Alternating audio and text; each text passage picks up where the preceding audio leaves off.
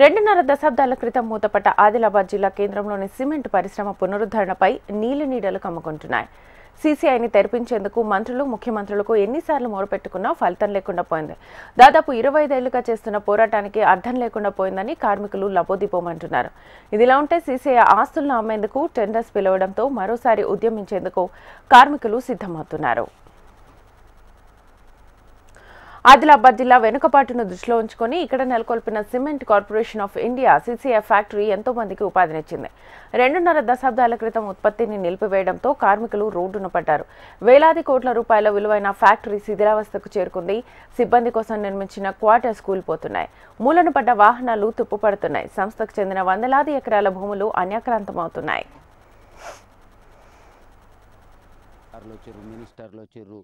ఇక్కడికి వచ్చి మన కేంద్ర మంత్రి కూడా ఒకసారి వచ్చి ఇక్కడ మీటింగ్ పెట్టేసి మీ ఫ్యాక్టరీ నడుస్తుంది, మేము అది చేస్తాం ఇది చేస్తాం అని బీజేపీ గవర్నమెంట్లో ఉండే ఒక మంత్రి పేరు గుర్తులేదు, ఆయన కూడా వచ్చేసి మాకు వాగ్దానాలు చేశాడు. రాజశేఖర రెడ్డి గారు వచ్చారు, ప్రభుత్వంలో కానీ ప్రైవేట్లో కానీ ఎట్లయితే మీ ఫ్యాక్టరీ రన్ చేస్తా అన్నాడు.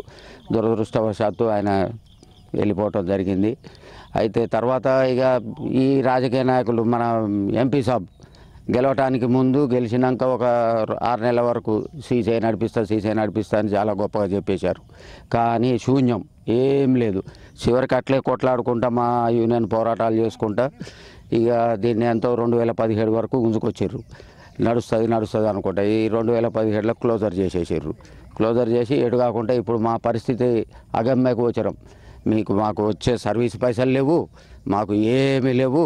ఇప్పుడు ఖాళీ క్వార్టర్స్లలో ఖాళీ దిక్కుమొక్కు లేకుండా బడి ఉండు అవుతుంది మా పరిస్థితి. రిజర్వ్ ఫర్ ఆర్డర్ ఉన్నది. రిజర్వ్ ఫర్ ఆర్డర్ ఉన్న తర్వాత కూడా మరి మాకు డబ్బులు ఇవ్వకుండా, మాకు డబ్బులు చెల్లించకుండా ఇప్పుడు ఇక్కడ దీన్ని స్క్రాప్ రూపకంగా అమ్ముతామని టెండర్ అనేది చేయడం జరుగుతుంది. మరి ఈ దేశంలో మరి కోర్టులు ఎందుకు ఉన్నాయి? మరి కోర్టులో ఒక సమస్య వివాదం ఉన్నప్పుడు, మరి అక్కడ రిజర్వ్ ఫర్ ఆర్డర్ ఉన్నప్పుడు మరి సీసీఐ చైర్మన్ ఏదైతే ఉన్నాడో బంగారా అనేటోడు వాడు ఇప్పుడు ఆయన ఇప్పుడు దానికి టెండర్ ఎట్లా కాల్ చేసిండు? మరి ఇది హైకోర్టు మరి దీని మీద ఏ విధంగా మరి చర్య తీసుకుంటుంది? ఈ టెండర్ని వెంటనే ఆపాలి. ఉద్యోగులకు సంబంధించినటువంటి బకాయిలు 2017 వరకు చెల్లించాలి. అదేవిధంగా ఏదైతే ఈ మన సీఎండీ ఏదైతే కోర్టు ఆర్డర్కు వ్యతిరేకంగా వ్యవహరిస్తుండ్రో ఆయన మీద చట్టపరమైన చర్య తీసుకోవాలి. ఆయనను అరెస్ట్ చేయాలి. సీఎండీని అరెస్ట్ చేయాలి. ఆయన పదవి నుంచి తొలగించాలి. ఈ కోర్టు వ్యతిరేక చర్యలకు మరి ఫుల్ స్టాప్ పెట్టాలని మేము ఈరోజు డిమాండ్ చేయడం జరుగుతుంది. సీసీఐని పునరుద్ధరిస్తామని రాజకీయ నేతలు ప్రకటనలో కేవలం ఎన్నికల హామీలుగానే మిగిలిపోతున్నాయని కార్మిక సంఘం నేతలు ఆరోపిస్తున్నారు.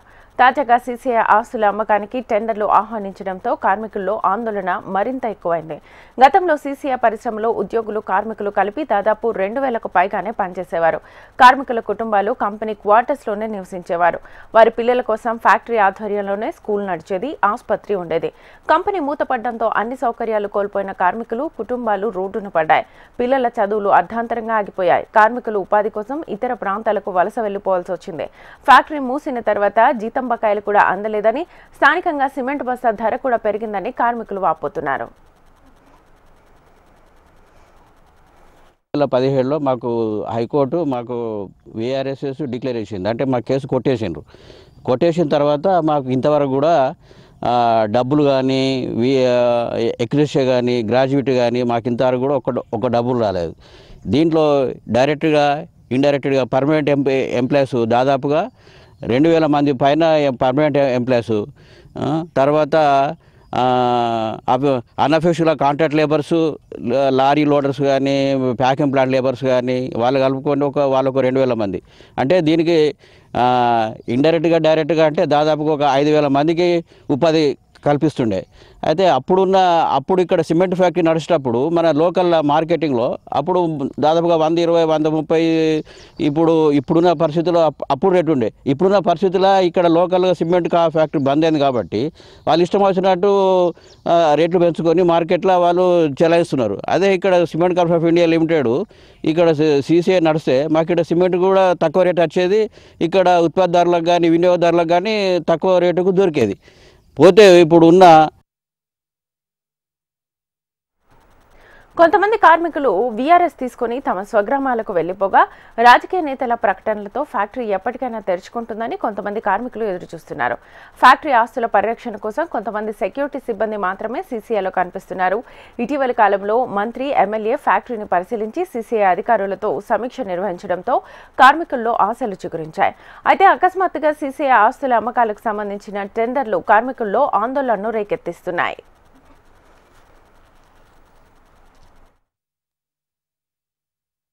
పరిశ్రమ దీంట్లో కాంగ్రెస్ కూడా మాట్లాడుతున్నారు, బీఆర్ఎస్ కూడా మాట్లాడుతూ ఉన్నారు. 1991లో ఈ దేశంలో ఆర్థిక సరళీకృత విధానం వచ్చింది. ఎవరు తీసుకొచ్చారు ఆర్థిక సరళీకృత విధానం? కాంగ్రెస్ పార్టీ. ఆర్థిక సరళీకృత విధానం వచ్చిన తర్వాత లాభాల్లో ఉన్నటువంటి సీసీఐ అంటే ప్రతి సంవత్సరం నష్టాలకి జారిపోతున్నటువంటి, అంటే ఆ రోజు కాంగ్రెస్ పార్టీ ప్రభుత్వం మూలధనం ఇవ్వక, నేను మొత్తం చూసుకున్నాను, మూలధనం ఇవ్వక దీన్ని నష్టాల్లో నెట్టడానికి ప్రయత్నం చేసి చివరికి 96-98లో BIFRకి రెఫర్ చేసింది, నష్టాల్లో పోతా ఉందని చెప్పేసి. 98లో ఉత్పత్తిని ఆపేసింది. 91 నుంచి కూడా 98 వరకు కూడా ఈ దేశంలో కాంగ్రెస్ పార్టీ అధికారంలో ఉన్నది. ఇవాళ ఒక పక్కనేమో కోర్టులో కేసు పెండింగ్ ఉండడం, ఈ రకంగా టెండర్లు విలువడం అంటే మీరు ద్వంద్వ వైఖరి అవలంబిస్తున్నట్టు అనిపిస్తూ ఉంది. స్థానిక ఎంపీ, ఎమ్మెల్యే గారు, ఇక్కడ ఎమ్మెల్యే గారి సంగతి అందరు తెలుసు.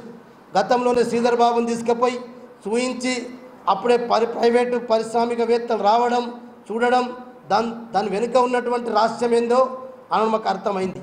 ఇది స్క్రాప్ కమ్మేసి ఇచ్చి తీసేసి దాన్ని రియల్ ఎస్టేటర్స్కి పిలిపించేసి కమిషన్లు కొట్టేద్దామని చెప్పి ఈ రకంగా మరి స్థానిక ఎమ్మెల్యే గారి ప్రయత్నం కొనసాగుతూ ఉంది. అందుకొరకే మేము ఒకటే హెచ్చరిక చేస్తూ ఉన్నాం, ఇది సిమెంట్ ఫ్యాక్టరీని రేపు మీ వైఖరి స్పష్టంగా చెప్పాలి.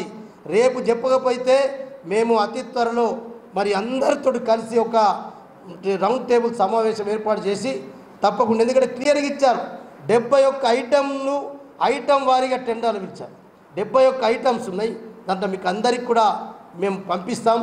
71 ఐటమ్స్. ఇప్పటికైనా భారతీయ జనతా పార్టీ నాయకులారా ఖబర్దార్ చెప్తా ఉన్నాం, ఖచ్చితంగా పెద్ద ఎత్తున ఆందోళన కార్యక్రమాలు చేపడతామని చెప్పి హెచ్చరిక చేస్తాం. ఒక పక్క కోర్టు ఉత్తర్వులు ఉండగానే కార్మికులకు బకాయిలు చెల్లించకుండా ఆస్తుల అమ్మకాలు చేయడాన్ని కార్మిక సంఘాలు తీవ్రంగా విమర్శిస్తున్నాయి. ఫ్యాక్టరీ యాజమాన్యం వెంటనే టెండర్లు వెనక్కి తీసుకోకపోతే కార్మికులు మరో ఉద్యమానికి సిద్ధమయ్యే అవకాశం ఉంది.